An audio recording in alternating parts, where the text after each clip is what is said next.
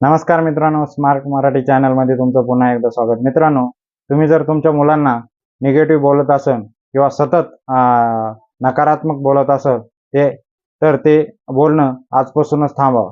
कारण त्याचा परिणाम तुमच्या मुलांच्या मनावर किती गंभीर स्वरूपाचा होतो याचं मी तुम्हाला थोडक्यात माहिती देणार आहे. त्यापूर्वी तुम्ही जर माझ्या चॅनलला नवीन असाल तर चॅनलला सबस्क्राईब आणि लाईक नक्की करा.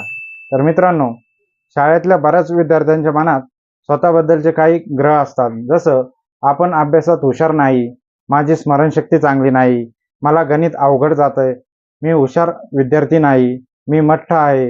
असा विचार विद्यार्थ्याच्या मनात का येतात याचा शिक्षक किंवा पालक म्हणून आपण कधी विचार केला आहे का? या नकारात्मक भावनेच्या शिक्षण पद्धतीशी काय संबंध आहे हे आपण नीट समजून घेऊ. गोबल्स नावाचा एक हिटलरचा सल्लागार होता. त्याचं एक धोरण होतं, एखादी गोष्ट खोटी असेल एखादी गोष्ट जर खोटी असेल तर ती समाजात खरी आहे असं तो सातत्याने बिंबवायचा. समाज सुरुवातीला जरी ती गोष्ट खोटी मानत असला तरी कालांतराने सातत्याने बिंबवल्यामुळे तो ती गोष्ट खरी समजू लागतो. आपण सुद्धा मुलांशी असंच बोलतो, वागतो. छोटीशी चूक झाली की आपण त्याला विचारतो, तू मूर्ख आहेस का रे? प्रथम तो नाही म्हणतो, पण कधी कारण असताना किंवा नसतानाही मुलाला सतत तेच ऐकवलं जातं. सातत्याने लेबल लावलं जातं की तू मूर्ख आहेस, तुला अक्कल नाही, तुला काही समजत नाही. मग पुढे तो किंवा ती असंच समजायला लागतात की मी मूर्ख आहे, मला अक्कल नाही. लक्षात ठेवा, आपण मुलांना जे समजतो तसेच ते स्वतःला समजतात. आपण मुलाबद्दल जसा विचार करतो तसेच ते घडत असतात. तुम्हाला वाटत असेल की आपला मुलगा किंवा मुलगी विसरभोळी आहे, ते सर्वांसमोर किंवा वर्गासमोर 10 वेळा बोलून दाखवलं तर मुलं विसरभोळीच होणार आहे. तुम्हाला वाटतंय त्याला परीक्षेत काही आठवणार नाही, तर त्याला खरंच परीक्षेत आठवण्याचे जनक हिप्पोक्रेट्स यांनी 2400 वर्षापूर्वीच सांगून ठेवलंय, यश हे माणसाच्या इच्छेपासून सुरू होतं. माणसाचं सुख आणि दुःख, यश आणि अपयश मेंदूतून निर्माण होतं. लहान मुलांचा मेंदू कम्प्युटर सारखा असतो. त्याला जे इनपुट द्याल त्यानुसार आउटपुट मिळतं. म्हणून नेहमी विद्यार्थ्याशी विधायक बोललं पाहिजे, तरच विद्यार्थी खऱ्या अर्थाने बुद्धिमान बनतील, त्यांच्यात आत्मविश्वास निर्माण होईल. असंख्य विद्यार्थ्याचं समुपदेशन केल्यावर एक गोष्ट माझ्या लक्षात आली की प्रत्येक विद्यार्थ्याच्या मनात एक प्रश्न येत असतो की मी कसा आहे. याचं उत्तर तो त्याला आलेल्या अनुभवातून मिळत असतो.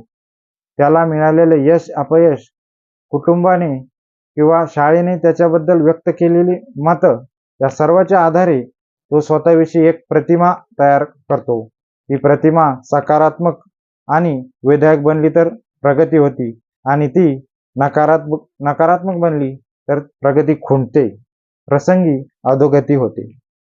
जेव्हा विद्यार्थी म्हणतात, मला गणित अवघड जातं, माझी स्मरणशक्ती चांगली नाही, मी हुशार नाही, मी विसरभोळा आहे, तेव्हा विद्यार्थ्याची अशी प्रतिमा बनण्यात पालकांचा आणि त्याहून अधिक शिक्षकांचा सिंहाचा वाटा असतो. बरेच शिक्षक या वैज्ञानिक वास्तव्यापासून दूर असतात की विद्यार्थ्याकडे ते कोणत्या दृष्टिकोनातून पाहतात यावर विद्यार्थ्याची वर्तणूक ठरत असते. शिक्षकाचं विद्यार्थ्याविषयीचं मत खूप महत्त्वाचं ठरतं. म्हणून शिक्षकांनी विद्यार्थ्यांना नेहमी प्रेरित केलं पाहिजे. आपण जे बोलू ते शब्द त्यांच्या मेंदूत कायमचे नोंदवले जातात.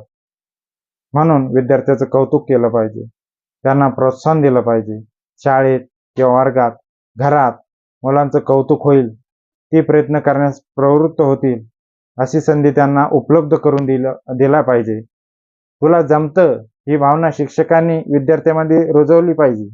त्यासाठी शाळेत आणि घरात नेहमी उत्साही वातावरण, सकारात्मक संवाद असायला हवा. मित्रांनो, तुम्हाला मी एक छोटीशी गोष्ट सांगतो. एका गणिताच्या प्राध्यापकाने एक प्रयोग केला. त्यांनी 30 विद्यार्थ्याचे 2 गट केले.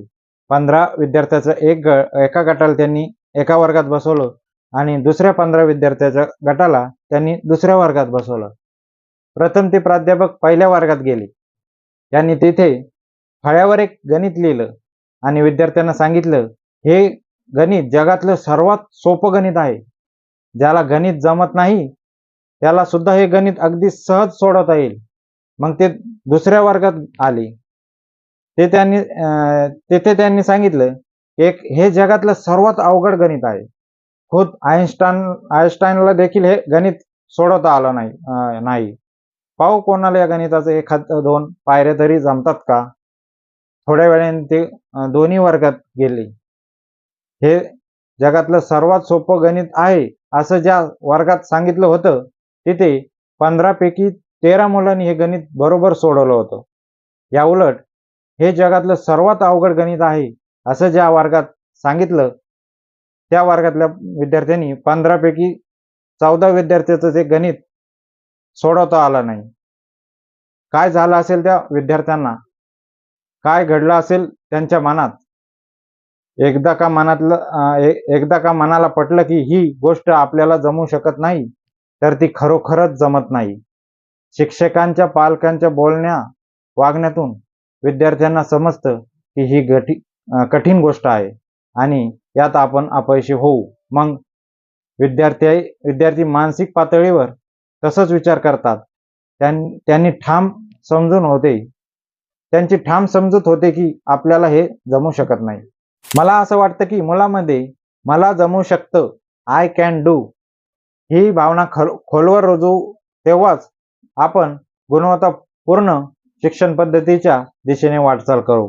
मित्रांनो, तुम्हाला जर माझा हा व्हिडिओ आवडला असेल तर चॅनलला सबस्क्राईब आणि लाईक नक्की करा.